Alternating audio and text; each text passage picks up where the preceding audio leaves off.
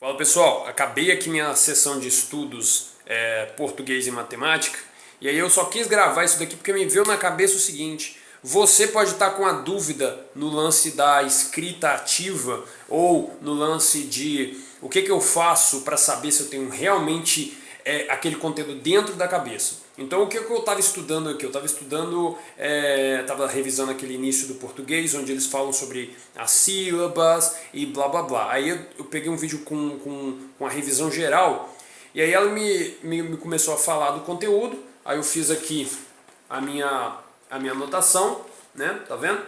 E aí deu uma folha só até agora, porque eu estou estudando uma horinha só, então não é muita coisa. E aí eu vou fazer uma revisão, um recall dentro da própria cabeça para ver se eu realmente me lembro daquele conteúdo. Beleza? Então vem comigo. Então, basicamente o que ela falou lá é que a língua portuguesa é formada por alguma coisa lá, e essa coisa são as letras. Beleza. As letras, elas podem ser consoantes ou podem ser vogais. E aí ela começou a falar que a junção das letras com as vogais formam as sílabas. Nada demais, beleza? Peguei a ideia, joia. E aí ela falou também uma coisa lá sobre os tipos de sílabas, que podem ser sílabas de consoante, consoante vogal, consoante, consoante, consoante vogal. Aí ela deu exemplos que eu não me lembro aqui, mas ela falou que tem um arranjo para esse negócio que não precisa ser necessariamente de vogal e consoante para formar uma sílaba. Tem algumas sílabas que tem duas ou três consoantes, e tem outras que tem somente uma consoante, mas toda sílaba só tem uma vogal. Beleza. Aí ela foi para falar sobre... calma aí, aguenta aí que eu não vou cortar esse vídeo não. Ela foi falar sobre a classificação. Beleza, a classificação. E aí tem vários tipos de classificação. Eu me lembro de dois tipos, que é a classificação quanto ao número de sílabas e a classificação quanto à tonicidade.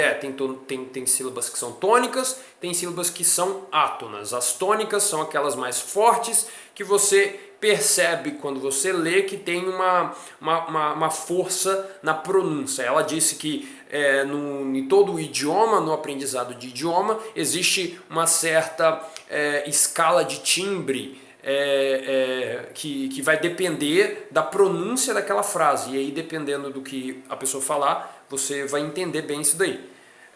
Isso aí vai me ajudar bastante para os outros idiomas também, né? Para aprender japonês ou chinês, que tem aqueles tons muito loucos, e vai ser bem interessante.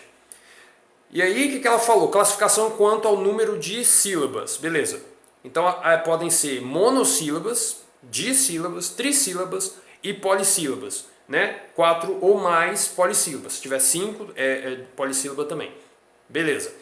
Essa é a primeira classificação, quanto ao número de sílabas. Beleza, número de sílabas. Ok.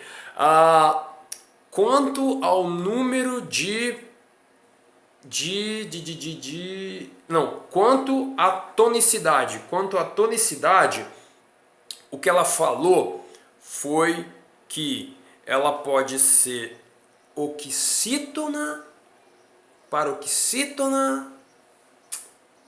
Tipo assim, que é em qual posição da palavra que está a sílaba tônica. Então, se tiver na primeira é oxítona, ou melhor, eu acho que se tiver na última é oxítona, se tiver na penúltima é paroxítona, se tiver na antepenúltima é proparoxítona. Bom, eu acho que é só até aí que eu fui até aqui. Bom, nada mal para 1 hora de estudo, começando hoje a estudar português e estudar matemática. Eu estou começando com uma nova jornada de 5 horas de estudos por dia, incluindo o estudo do idioma, a leitura e as matérias escolares. Eu vou revisar e vou manter aquilo na minha cabeça. Eu percebi que quando eu estou consumindo muito conteúdo no YouTube, vez ou outra o psicólogo que está dando TED Talk ou que está gravando o podcast, ele vai lá e fala alguma coisa sobre o gráfico da pesquisa dele, ou como é que foi a distribuição dos números dentro da pessoa, aí fala sobre a curva real, e aí eu fico meio que boiando, porque eu não peguei esse negócio de estatística e probabilidade, e eu não me lembro praticamente nada do que foi me ensinado na escola. Então eu assumi, que nem a Extreme Ownership, né? Aquele Jocko Willink que escreveu o livro, ele fala: assuma a responsabilidade pelos problemas e pelas soluções desses problemas dentro da sua vida. Então eu vou pegar um pouco do meu tempo e vou dedicar a esses tópicos aí. Você já sabe português? Já ficou assim, eu sei tudo isso, Adriano, você falou isso daí, mas eu já sei de cor. Coloca aí nos comentários se você já sabia essas coisas do português. É bem provável que você já sabia. Muitos dos estudantes que estão aqui ou ainda estão na escola ou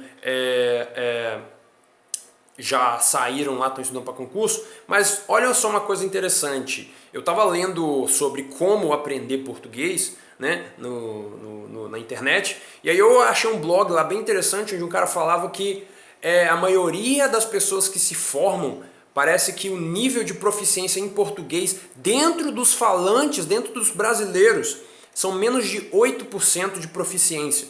Ou seja, menos de 8% dos brasileiros que se formam hoje no Brasil, hoje ou 2014, não sei, são analfabetos funcionais.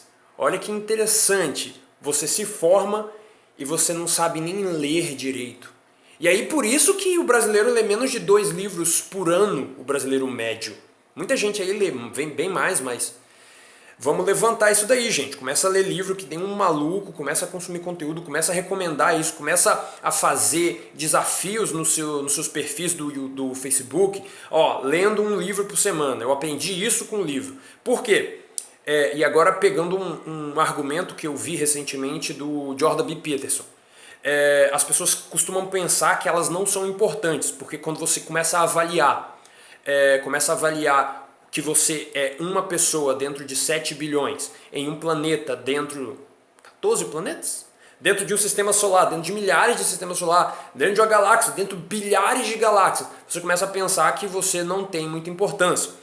E aí ele vai e fala uma coisa bem interessante, que é o seguinte: você está no centro de uma network, ou seja, existem pessoas que são influenciadas pelos comportamentos que são os seus. E essas pessoas, consciente ou não, começam a modificar o comportamento delas por causa da interação que ela teve com você. E essas pessoas também estão no centro de outras networks, com pessoas que talvez você nem conheça. E o novo comportamento dela forma aquele lance da teoria do caos lá, que é tipo, você faz alguma coisa, influencia outra pessoa que vai... Tipo assim, você não consegue saber qual que é a influência que você tem no mundo, porque os seus comportamentos, influenciando positivamente ou não, se a gente olhar em 100 anos ou em 200 anos, vai causar uma tremenda... me fugiu a palavra, mas vai ter uma modificação no mundo, para bem ou para mal, porque você existiu. Então, o lance do Jocko Willink, assumir a responsabilidade, assumir extrema responsabilidade, tem a ver com isso. Você saber a importância que você tem e jogar simplesmente fora essa oportunidade de, sei lá, talvez você viva 100 anos. Olha o bem ou o mal que você poderia causar no mundo, ou a indiferença que você poderia causar no mundo se simplesmente abandonar as potencialidades que são, de novo, que são as suas, ok? Bom, eu gosto de falar disso, então se eu ficar aqui eu vou ficar até amanhã gravando, mas por esse vídeo é isso. Coloque aí as suas opiniões nos comentários e se ainda não é inscrito no canal, se inscreva. Até o próximo vídeo, tchau, tchau.